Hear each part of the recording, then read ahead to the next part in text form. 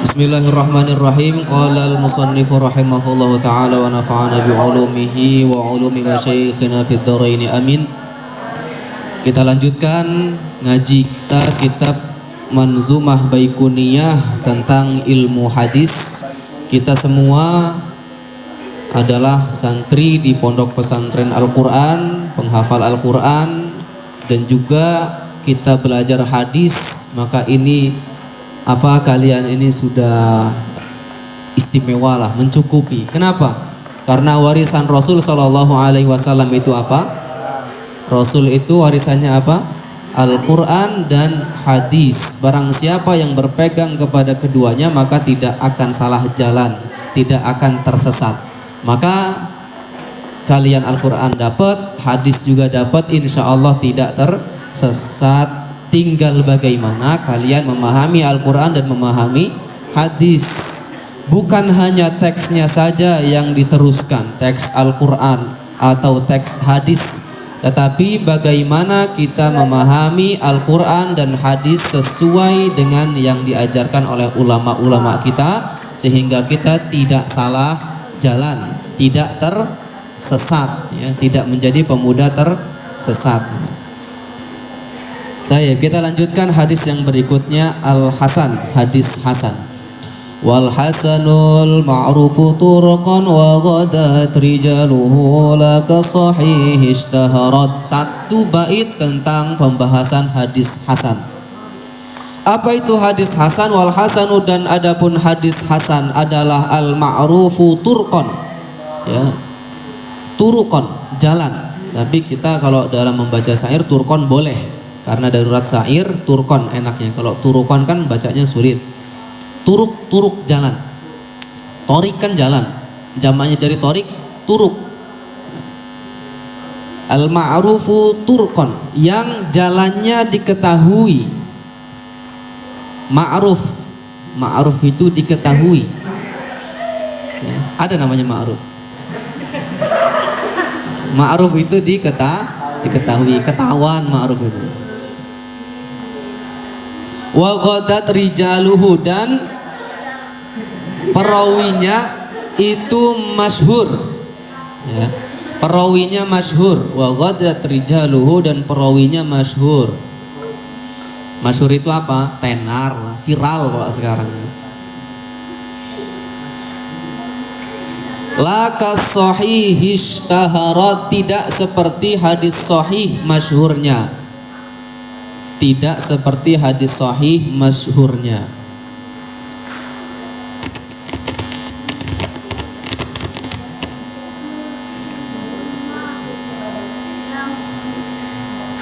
Jadi maksudnya apa? Maksudnya hadis Hasan ini hadisnya itu sama seperti hadis sahih, tapi perawinya yang meriwayatkan, tahu yang meriwayatkan? Yang membawa hadis an siapa? Orang tersebut tidak semasyhur orang yang meriwayatkan hadis sahih, atau orang tersebut tidak sedobit orang yang ahli sahih. Ulama yang sahih itu dobitnya luar biasa, hafalannya kuat. Orang yang meriwayatkan hadis Hasan ini hafalannya tidak sekuat orang-orang yang ada di hadis sahih. Jelas? Kalau kita katakan hafalannya kurang, ya kurang, tapi nggak kurang-kurang banget gitu loh, nggak kurang-kurang banget. Dia punya hafalan, tapi nggak kuat gitu hafalannya. Jelas ya? Kalian ini ya nggak mungkin juga jadi sahih gitu. Sekali baca Quran langsung hafal, nggak pernah hilang. Masya Allah, itu kalau meriwayatkan hadisnya jadi sahih. Nah, orang yang di bawahnya sahih ini ya kadang hilang hafalannya, dibaca lagi, ingat lagi, hilang lagi, kayak gitulah. Itu hadis yang dibawa orang-orang perawinya Hasan, yang meriwayatkan hadisnya orangnya tidak sekuat hafalan orang-orang yang sahih. Makanya karena hafalannya tidak sekuat orang-orang yang sahih, tenarnya juga nggak setenar orang-orang yang hadisnya sahih.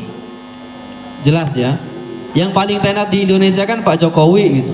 Di bawahnya lah Pak Arinal, Gubernur Lampung. Itu kan nggak tenar kalau di luar Lampung, ya kan? Nah, kayak gitu. Yang paling tenar Pak Jokowi, se-Saentero Indonesia kenal, bahkan keluar negeri kenal. Bawahnya gubernur, enggak mesti semua Indonesia itu kenal. Kalian tahu gubernurnya misalnya Irian Papua gitu. Tahu. Gubernurnya Aceh. Tahu. Nah, kayak gitulah, enggak terlalu viral gitu, enggak terlalu tenar. Tenar sih tenar, cuman enggak setenar orang-orang yang hadis sahih. Jelas? Nah, seperti itu contohnya. Ini kalau orang tersebut membawakan hadis, maka hadisnya statusnya hadis hasan, di bawah hadis sahih. Jelas ini? Pelan-pelan saya neranginnya. Jadi hadis hasan itu statusnya di bawah hadis sahih. Perawinya tidak setenar hadis sahih. Hafalannya tidak sekuat hadis sahih. Gitu. Contohnya ada hadis, contohnya begini nih. Ada hadis qala At-Tirmizi qala haddatsana Quraib qala haddatsana Ubadah bin Sulaiman an Muhammad bin Umar an Abi Salamah an Abi Hurairah radhiyallahu anhu anna Rasulullah sallallahu alaihi wasallam qala laula an asyqa ala ummati la amartuhum bisiwak inda kulli salatin. Hadisnya ngomong begini, ini tentang siwak. Laula an asyqa ala ummati, kalaulah tidak memberatkan umatku, la amartuhum bisiwak, saya akan memerintahkan bersiwak inda kulli salatin, setiap mau salat. Ya. Kata Rasul, kalau enggak memberatkan umatku, maka saya perintahkan umatku ini bersiwak setiap kali mau sholat. Bahasa sekarangnya sikat gigi setiap mau sholat. Ini hadisnya hasan. Jelas? Hadisnya hasan karena ada satu orang yang dia hafalannya tidak sekuat orang-orang hadis sahih. Siapa yang tidak kuat hafalannya adalah Muhammad bin Umar bin Alqamah tadi. An Muhammad bin Umar. Muhammad bin Umar ini hafalannya tidak sekuat dengan hafalan orang-orang yang hadis sahih. Tetapi beliau terkenal jujur. Ya. Muhammad bin Umar terkenal jujur, juga tidak melakukan hal-hal yang menurunkan muruah beliau, tidak makan sambil berdiri misal, enggak makan sambil berjalan, enggak teriak-teriak di pasar. Ya, karena teriak-teriak di pasar juga termasuk sesuatu yang tidak baik di zaman Rasulullah Shallallahu alaihi wasallam. Nah, beliau ini terkenal jujur, terkenal bisa membawa diri. Maka ketika beliau ini hafalannya tidak kuat, termasuk hadisnya menjadi hadis hasan. Jelas ya. Nah, tapi hadis hasan ini bisa naik derajatnya menjadi hadis sahih. Loh, kok emang bisa? Bisa. Hadis yang tadinya hasan bisa naik menjadi hadis sahih. Hadis ini di Bukhari ada. Loh, Bukhari itu hadisnya sahih. Kenapa hadis hasan ini ada di Sahih Bukhari? Karena ada riwayat yang lain dari Al-A'raj yang mengatakan juga sama kayak gini, laula an asyqa ala ummati la amartuhum bisiwak inda kulli salatin. Kata yang riwayatnya Al-A'raj, kalaulah tidak memberatkan umatku, maka akan saya perintahkan bersiwak setiap kali mau sholat. Ada hadis lain yang mendukung hadis hasan, maka hadis hasan naik derajatnya menjadi hadis sahih. Sahihnya sahih li ghairihi. Jadi sahih itu ada dua, ada sahih li dzatihi, ada sahih li ghairihi. Apa? Hadis sahih ada dua. Pertama hadis sahih li dzatihi, yang kedua hadis sahih li ghairihi. Apa maksud hadis sahih li dzatihi yang kemarin? Yang kemarin saya jelaskan itu hadis sahih li dzatihi, perawinya kuat hafalannya, teliti perawinya itu, dobit sodron atau dobit kitaban, kuat hafalannya atau teliti, sangat teliti terhadap tulisannya. Itu ketika hadisnya sahih li li dzatihi. Ketika sahihnya li ghairihi, kan ghair itu kan orang lain kan?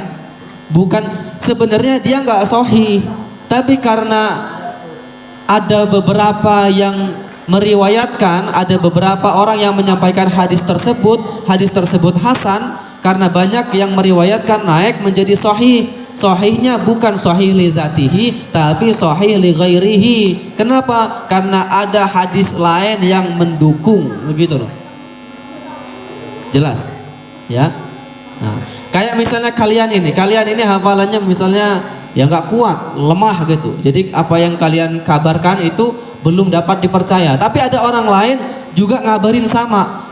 Pasar, misalnya pasar Marga Agung dibongkar, mau diganti baru. Apa iya? Ya, apa iya? Ada orang lain datang. Pasar Marga Agung dibongkar mau diganti baru. Ada orang lain datang lagi, ngabarin lagi, pasar Marga Agung dibongkar mau diganti baru. Ada 3 orang yang menyampaikan kabar sama, maka kabarnya bisa naik. Yang tadinya nggak percaya atau ragu-ragu mau percaya jadi percaya, ya kan? Kayak gitu. Hadis juga sama. Hadis hasan dibawa sama orang yang hafalannya nggak kuat-kuat amat, tapi karena yang membawa kabar hadis tersebut bukan satu orang, ada yang mendukung lagi bawa sama hadisnya, maka hadisnya naik, yang statusnya hasan jadi sahih li ghairihi. Jelas? Ya, itulah hadis hasan, ya. Jadi laula an asyqa ala ummati la amartuhum bisiwak inda kulli salatin. Hadis tersebut naik statusnya menjadi hadis sahih, sahihnya sahih li ghairihi. Ya, ini ada kalau di kitab fikih, karena boleh kita menggunakan hadis sahih dan hadis hasan. Hadis sahih mah wajib untuk digunakan dalam fikih. Kalau hadis hasan boleh digunakan untuk fikih. Apalagi hadis hasannya sudah naik menjadi hadis sahih statusnya. Begitu, ya. Jelas? Nah, inilah hadis hasan. Jadi hadis hasan itu apa? Hadis di bawahnya hadis sahih. Perawinya yang meriwayatkan hadis atau yang menyampaikan hadis itu tidak setenar orang-orang yang meriwayatkan hadis sahih. Juga hafalannya orang-orang yang meriwayatkan hadis hasan tidak sekuat hafalannya orang-orang yang meriwayatkan hadis sahih. Jelas sampai sini ya. Tapi jangan katakan juga hafalannya lemah gitu, enggak. Ya, hafalan mereka ya kalau dibandingkan kita ya jauh. Ya, yang meriwayatkan hadis sahih dibandingkan dengan hafalan kita ya kita mah dhaif lah, kita mah lemah lah. Orang-orang yang meriwayatkan hadis hasan juga kalau dibandingkan dengan kita kuat, tapi kekuatannya tidak kuat seperti orang-orang yang hadis sahih. Bisa aja dia lupa, bisa ingat lagi, bisa lupa, bisa ingat lagi, ya. Tidak teliti-teliti amat lah. Kalau tulisannya nggak seteliti orang-orang yang hadis sahih, hafalannya nggak sekuat orang-orang yang hafalannya hadis sahih, begitu ya. Nah, hadis hasan juga ini ada hadis hasan li dzatihi dan ada hadis hasan li ghairihi. Jadi hadis sahih ada 2, sahih li dzatihi, sahih li ghairihi. Hadis hasan juga ada 2, hasan li dzatihi dan hasan li ghairihi. Hadis yang tadi laula an asyqa ala ummati la amartuhum bisiwak inda kulli salatin. Kalau enggak memberatkan umatku maka saya perintahkan bersiwak setiap kali mau sholat. Ini awalnya statusnya hasan li dzatihi, karena memang dia itu hasan. Ada seseorang rawi yang dia hafalannya enggak kuat-kuat amat, maka dia hadisnya menjadi hadis hasan li dzatihi. Hadis hasan li dzatihi inilah yang nantinya bisa naik menjadi hadis sahih li ghairihi. Kalau ada dukungan hadis lain, ada yang menyampaikan hadis yang sama dia, maka hadis hasan li dzatihi naik menjadi statusnya sahih li ghairihi. Jelas ya. Jadi kalau urut-urutan yang paling tinggi sahih li dzatihi, bawahnya sahih li ghairihi, bawahnya hasan li dzatihi, bawahnya hasan li ghairihi, bawahnya baru dhaif.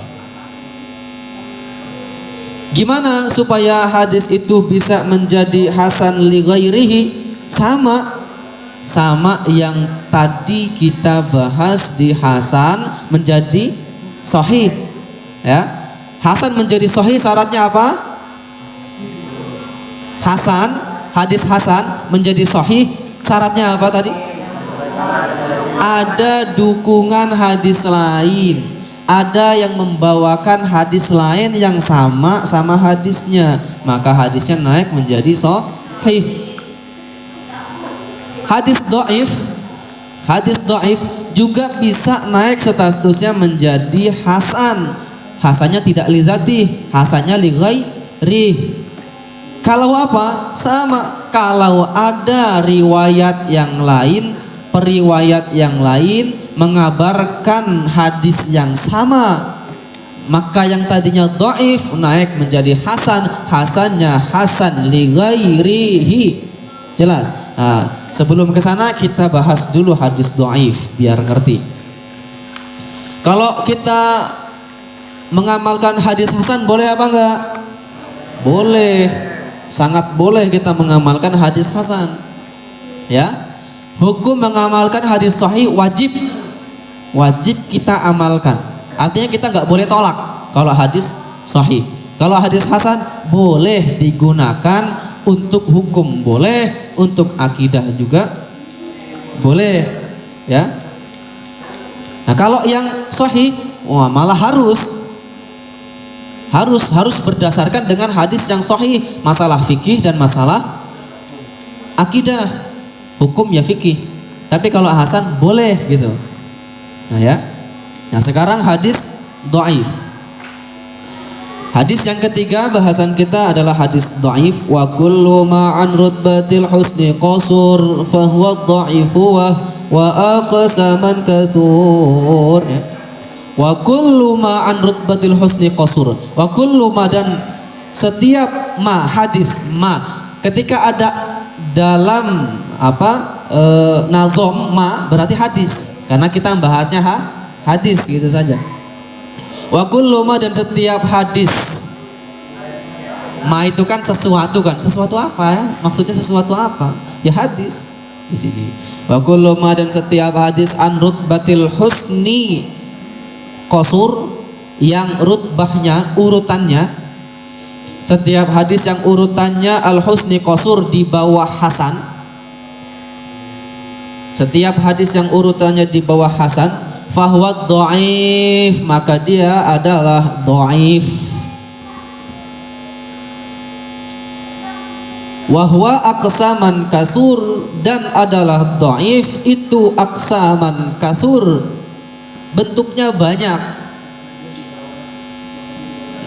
Wa kullu ma, dan setiap hadis an rutbatil husni qasur, yang urutannya di bawah hasan, fahuwa dhaifu, maka adalah hadis dhaif.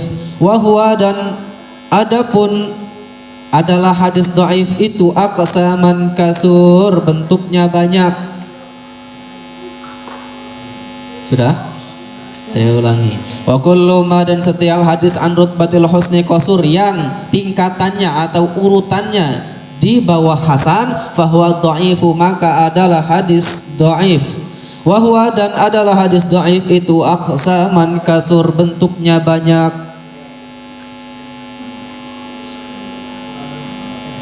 Jadi tuh, ya, di bawahnya hasan itu dhaif.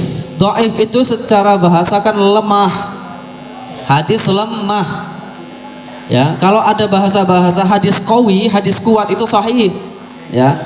Kalau ada kalian baca di kitab apapun hadis sahih atau hadis qawi, berarti hadis qawi itu ya hadis sahih, ya. Kuat itu kan sahih.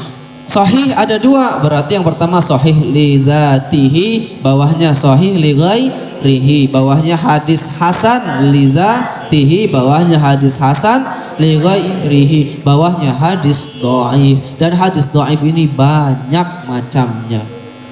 Ada yang dhaifnya biasa saja, ada yang dhaifnya itu sangat dhaif, ya, sangat dhaif. Dan ini hadis dhaif ini ya harus kita perhatikan karena banyak. Banyak. Setelah ini nanti banyak muncul hadis. Nah, itu statusnya apa? Ya nanti kita bahas bersama-sama dalam kajian Nazam Baiquniyah. Ya, hadis dhaif ini banyak. Dan apa sih hadis dhaif ini? Hadis dhaif ini bisa kita lihat dari apa? Dari perawi. Ya, kalau saya bilang perawi itu yang meriwayatkan hadis, atau enaknya yang membawa hadis dari siapa nih? Yang membawa hadis tersebut hafalannya su'ul hifzi, buruk hafalannya. Ya. Yang membawa hadis dhaif ini biasanya buruk hafalannya. Kalau yang sahih jelas kuat, hasan yang gak kuat-kuat amat, yang dhaif buruk hafalannya atau kurang lah hafalannya. Gimana? Gimana yang kuat? Hadis dhaif bisa nggak naik ke sahih nanti? Ya, pelan-pelan. Jangan, itu terakhir aja bahasannya. Ya. Oke, pertanyaannya disimpan. Boleh nggak hadis dhaif naik menjadi hadis sahih? Oke, nanti setelah ini kita pahami dhaif dulu. Dhaif itu periwayatnya buruk hafalannya atau kurang hafalannya. Maka ketika dibawa oleh orang-orang yang hafalannya kurang, hafalannya buruk, maka hadis tersebut menjadi hadis dhaif. Satu adalah itu. Yang kedua, kenapa sih bisa dikatakan hadis itu dhaif? Karena sanadnya terputus. Ya. Karena sanadnya terputus. Boleh karena terputusnya itu kesalahan perawi, periwayat menyampaikan, dia enggak menyampaikan dari sini tapi langsung naik ke atasnya. Itu terputus. Ada yang disembunyikan. Ya. Jadi dhaif itu bisa karena apa? Rawinya buruk hafalannya, kurang hafalannya, atau sanadnya terputus. Enggak nyambung sampai Rasulullah Shallallahu alaihi wasallam. Jelas ya? Dua ini dulu. Dua ini. Nah, contohnya apa sih hadis dhaif ini? Hadis dhaif ini contohnya, ini ada contoh hadis dhaif. Rawahu qala at-Tirmizi wa hasanahu min tariqi Syu'bah an Asim bin Ubaidillah an Abdullah bin Amir ibn Rabi'ah an abihi radhiyallahu anhu anna imra'atan min bani Fazarah tazawwajat ala na'laini faqala Rasulullah sallallahu alaihi wasallam araditi min nafsiki wa maliki bin alain qalat na'am fa ajazahu. Ini ada hadis bunyinya begini hadisnya. Ada seorang wanita dari Bani Fazarah yang menikah, dia itu menikahnya ya maharnya cuma 2 sendal. Ya na'lain itu maksudnya ya sendal lah, sendal. Maharnya cuma sendal. Mau kalian perempuan dengan mahar sendal sepasang? Mau? Oh, mau. Ya udah langsung kalau mau. Ya. Boleh nih, tuh. Zaman Rasulullah ada perempuan yang mau nikah dikasih mahar sepasang sendal. Kemudian Rasulullah bertanya, "Kamu ridho dengan jiwamu dan hartamu bina lain dengan sendal ini?" Kata perempuan tadi, "Na'am." Saking cintanya kan sama si cowok tadi. "Na'am ya Rasul, saya ridho walaupun hanya dengan sepasang sendal. Cintaku bersemi dengan sepasang sendal." Ya. Ya. Ya boleh aja. Nih, apa kata Rasul? Fa'ajazahu, maka Rasul membolehkannya. Tuh, Rasul bolehin nikah maharnya sepasang sendal. Misalnya kalian dengan sepasang sepatu apa gitu, ya, sepatu Cinderella misalnya. Atau maharnya dengan apa ya, seperangkat alat sholat kan boleh kan, dengan mukena seperangkat alat sholat. Biasanya kan kayak gitu. Boleh walaupun gak ada uang, gak ada emas gitu. Boleh. Ya, saking kereknya gitu, saking kerek-kereknya. Saya maharnya sepasang sendal. Mau nggak perempuannya? Mau, Mas. Udah. gas, ya. Gas. Ya. Mau kalian? Ica mau? Ya. Boleh tuh. Maharnya dengan nasi goreng sehari. Oh, pagi dimasakin nasi goreng, siang sore dimasakin nasi goreng. Ya. Dengan mahar 1 piring nasi goreng boleh. Sepiring bakso boleh. Ya ini berarti Rasul aja ngebolehin kan? Rasul ngebolehin mahar dengan sepasang sendal. Tapi hadis ini dhaif, lemah. Karena apa? Karena ada satu orang di situ yang hafalannya buruk, namanya Asim bin Ubaidillah. Asim bin Ubaidillah ini dia hafalannya buruk, maka hadisnya menjadi dhaif, hadisnya lemah. Tapi kata Imam Tirmizi, ini ada hadis yang sama, riwayatnya beda. Ada dekengan lah. Ada dekengan. Ada dukungan. Ya dekengan kan orang lain, ada sahabat atau tabiin yang lain membawa hadis yang sama kayak gini. Hadisnya lemah. Tapi karena ada dekengan ya, jadi naik hadis dhaif ini menjadi hadis hasan. Hasan apa? Hasan li ghairihi.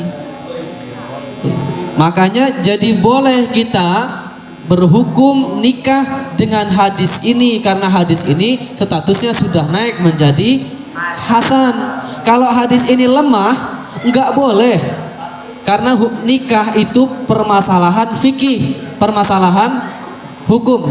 Perhatikan nih, nikah itu permasalahan fikih, fikih itu hukum. Maka kalau hadis ini tidak ada penguat, tidak ada dekengan lain, ya, maka hadis ini tidak boleh dijadikan dalil pernikahan dalam fikih. Karena hadis ini ada dekengan orang lain, ya, ada orang lain yang membawa sama, maka hadis dhaif ini naik statusnya menjadi hasan, hasan li ghairihi, dan hasan boleh dipakai. Jelas? Ya, jelas. Ini saya santai ini jelasinnya biar kalian mudeng. Ya. Perlu diulang? Hadis ini dhaif. Dhaif itu lemah. Kalau hadis ini cuma satu, nggak ada orang lain yang menyampaikan sama dengan hadis kayak gini, hadis ini lemah dan tidak boleh menjadi dalil dalam fikih pernikahan. Jelas? Berarti nggak boleh mahar dengan 2 sendal, dengan sepasang sendal, karena hadisnya lemah. Ya. Tapi karena hadis ini ada orang lain yang juga meriwayatkan membawa hadis, jadi dia ada dekengan lah, ada dukungan. Maka hadis tadi karena ada orang lain yang menyampaikan hadis yang sama, naik statusnya dari dhaif menjadi hasan. Hasannya hasan li ghairihi, dan hadis hasan boleh dipakai dalam masalah fikih. Maka dari itu boleh nikah dengan sepasang sendal, boleh nikah dengan sepiring nasi goreng. Ya, langsung habis ini mahib ya. Apakah Anda mau nanti ya kalau udah gede, tapi kalau udah gede, Dek, mau nggak kamu nikah dengan sepiring nasi goreng? Mau, Mas? Oke, gas. Ya, gitu. Tapi sebaik-baik cowok itu yang memberikan mahar yang tinggi kepada wanita. Ya, jangan sepiring nasi goreng lah. Mades amat kere, amat sepiring nasi goreng. Walaupun boleh, tapi usahakan mahar, berikan mahar terbaik kepada wanita semampu kalian. Jelas, senang yang perempuan.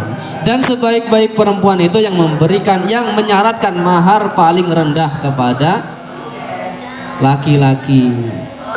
Ya, jadi perempuan yang baik itu enggak memberatkan laki-laki dengan mahar yang tinggi. Enggak, Mas, saya mau 1 kilo emas. Waduh, ya kalau sanggup mahibnya misalnya. Kalau nggak sanggup sekilo emas, kasihan dia pontang-panting bertahun-tahun ngumpulin duit. Udah bertahun-tahun ngumpulin duit, yang perempuannya nggak kuat nunggu lama nikah duluan, kan apa? Kan jadi galau gitu kan. Jadi stres dianya. Cintaku bersemi, cintaku gugur hanya karena sekilo emas. Udah, ini bahasan santai ya, bahasan santai. Maksudnya kayak gitu loh. Maksudnya kayak gitu. Hadis ini lemah tapi bisa naik menjadi hasan karena ada dekengan. Karena ada dukungan orang lain. Ya. Tapi hadis dhaif, perhatikan, hadis dhaif supaya bisa naik derajatnya menjadi hadis hasan ada beberapa syarat. Ya, namanya lemah bisa naik biar dia jadi nggak lemah itu ada syarat-syaratnya. Apa saja sih syarat-syaratnya? Syarat-syarat supaya hadis yang lemah tadi bisa naik statusnya menjadi hasan itu an yakunal hadis ghairu syadidid dha'fi. Hadis lemahnya enggak lemah banget. Ya, perhatikan nih. Hadis yang dhaif, yang lemah bisa naik hasan asalkan lemahnya enggak lemah banget. Ya. Apa hadis yang lemah banget? Yang lemah banget itu hadis matruk dan hadis maudhu. Paling lemah itu maudhu. Hadis matruk lemah banget, tinggalkan. Hadis maudhu apalagi paling-palingnya lemah itu maudhu. Bahkan ulama sepakat ini bukanlah hadis. Ya. Maka hadis yang matruk dan maudhu nggak akan bisa naik menjadi hadis hasan. Ya, lemahnya nggak lemah banget. Tuh, syarat yang pertama, ya. Misalnya kalian goblok yang enggak goblok banget lah gitu lah. Kemudian apa lagi? Ya. Kemudian yang kedua syaratnya tidak hadisnya itu bukan kebohongan atau tidak ada dugaan bohong. Kalau orangnya sering bohong meriwayatkan hadis, maka hadisnya ada dugaan bohong. Maka hadis yang orang sampaikan tadi tidak akan bisa naik hasan karena yang menyampaikan orangnya tukang bohong, ya fasik dia. Nggak bisa orang-orang yang fasik selalu melakukan kemaksiatan terus bohong atau dia tukang bohong, ya maka nggak bisa naiknya, nggak bisa hadisnya ini hadis dhaif naik menjadi hasan, nggak bisa. Syarat yang ketiga, rawi an la yakuna rawi mughaffalan wala kasirul khata'i fi riwayah. Ini kitabnya saya, ini Syarah Baiquniyah. Kalau kalian mau baca-baca ya, tapi Arab semua sih. Ya. Jadi saya menjelaskan enggak sembarangan, saya menjelaskannya dengan kitab yang lebih tebal lagi. Ya, ini saya hanya untuk nazoman bareng-bareng kalian kan. Ya, ini penjelasannya dari sini. Syarat yang ketiga supaya rawinya supaya hadis hasan bisa naik menjadi, supaya hadis dhaif bisa menaik hasan. Yang ketiga, rawi yang membawa hadis itu tidak mughafal, tidak goblok. Ya, rawinya enggak bodoh, enggak goblok. Kalau rawinya goblok enggak bisa naik jadi hasan. Ya makanya jangan jadi orang goblok-goblok amat ya. Jangan jadi orang goblok lah. Atau dia nggak banyak kesalahan, ya. Halo, yang membawa hadis nggak banyak salah. Kalau dia membawa hadis sering banget membawa hadis kok salah, maka ini nggak bisa menjadi hasan hadisnya.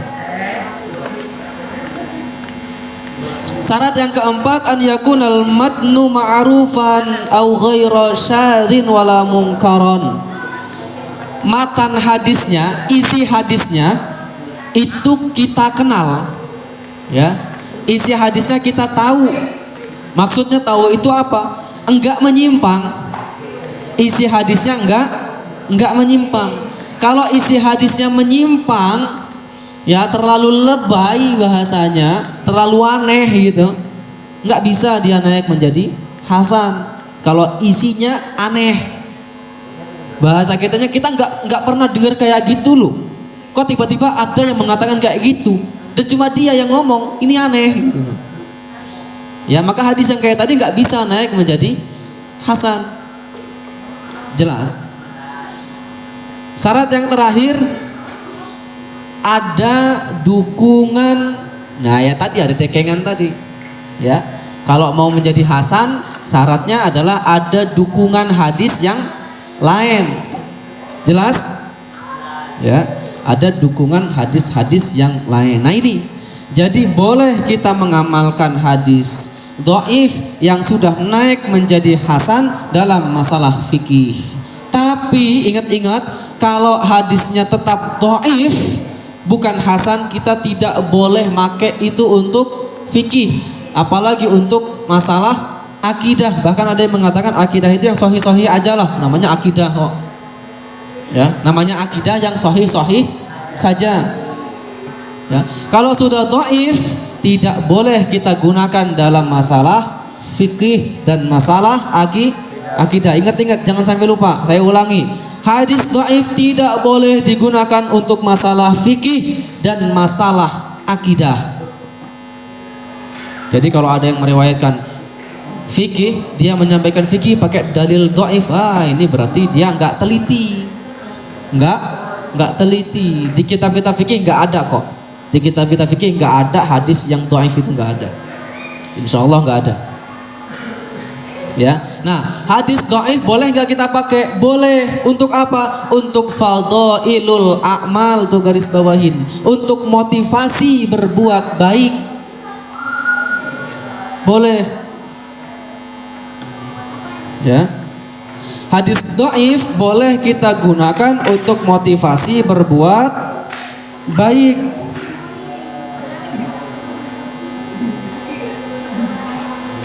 Nih, syarat kata beliau pensyarah kitab ini, syarat mengamalkan hadis dhaif itu yang pertama adalah digunakan untuk fadhailul a'mal, motivasi berbuat baik.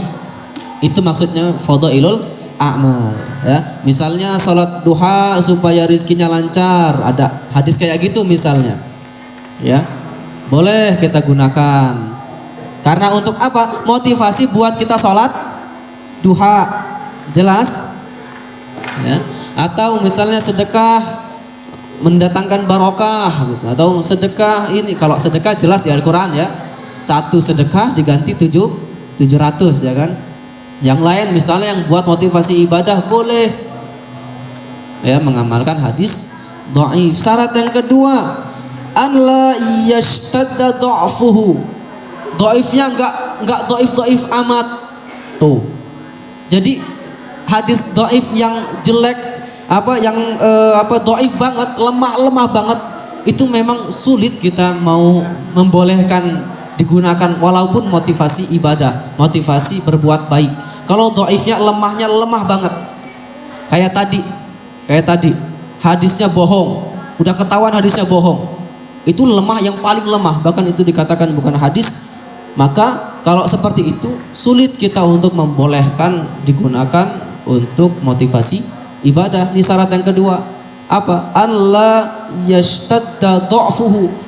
Dhaifnya, lemahnya enggak lemah banget. Ya, nah itu hukum mengamalkan hadis dhaif. Nah, jelas hadis dhaif? Jelas? Nah, pertanyaan tadi dari siapa? Ridho. Apakah bisa hadis dhaif naik menjadi hadis sahih? Coba dijawab. Yang nanya kan laki-laki, perempuan dijawab coba. Apakah bisa hadis dhaif naik statusnya menjadi hadis sahih? Tidak. Yang laki-laki selain dia yang nanya, bisakah hadis dhaif naik statusnya menjadi hadis sahih? Bisa. Jawabannya adalah tidak bisa. Ya nggak apa-apa, namanya kan belajar. Jadi ada variasi, ini bisa, ini nggak bisa. Ya, jawabannya hadis dhaif hanya bisa naik ke hasan. Itu pun dhaifnya nggak lemah-lemah banget. Bisa dia naik ke hasan. Hasannya hasan li ghairihi. Tuh, hasannya hasan li ghairihi. Yang bisa naik ke sahih li ghairihi adalah hasan li dzatihi. Memang dia aslinya hasan, bukan aslinya dhaif. Ya, yang aslinya hasan maka dia bisa naik menjadi sahih, sahih li ghairihi. Kalau dia aslinya dhaif nggak bisa naik menjadi sahih. Aslinya dhaif bisa naik menjadi hasan. Hasannya hasan li ghairihi, dan hasan li ghairihi tidak bisa naik menjadi sahih. Yang bisa menjadi naik sahih adalah hasan li dzatihi. Memang pada dasarnya dia itu hasan. Ya. Yang hadisnya memang asalnya hasan, baru dia bisa naik ke sahih. Jelas? Inilah pembahasan dua hadis kita, hadis hasan dan dhaif, yang pada intinya semua hadis akan bermuara ke sini. Jadi tiga ini harus di luar kepala. Sahih, hasan, dhaif. Yang lain nanti merupakan cabang-cabang, dan itu kita tentukan juga cabang-cabangnya ini. Hasankah, sahihkah, atau dhaifkah? Dari dari cabang-cabang hadis-hadis tersebut, ya. Jadi hadis dhaif ini kan tadi apa? Wahwa aksaman kasur, banyak macamnya daripada hadis-hadis dhaif, ya. Sekian, semoga dapat dipahami. Allahumma sakhir lana al-kutuba kullaha. Allahumma sakhir lana al-kutuba kullaha. Allahumma sakhir lana al-kutuba kullaha. Allahu a'lam bisawab.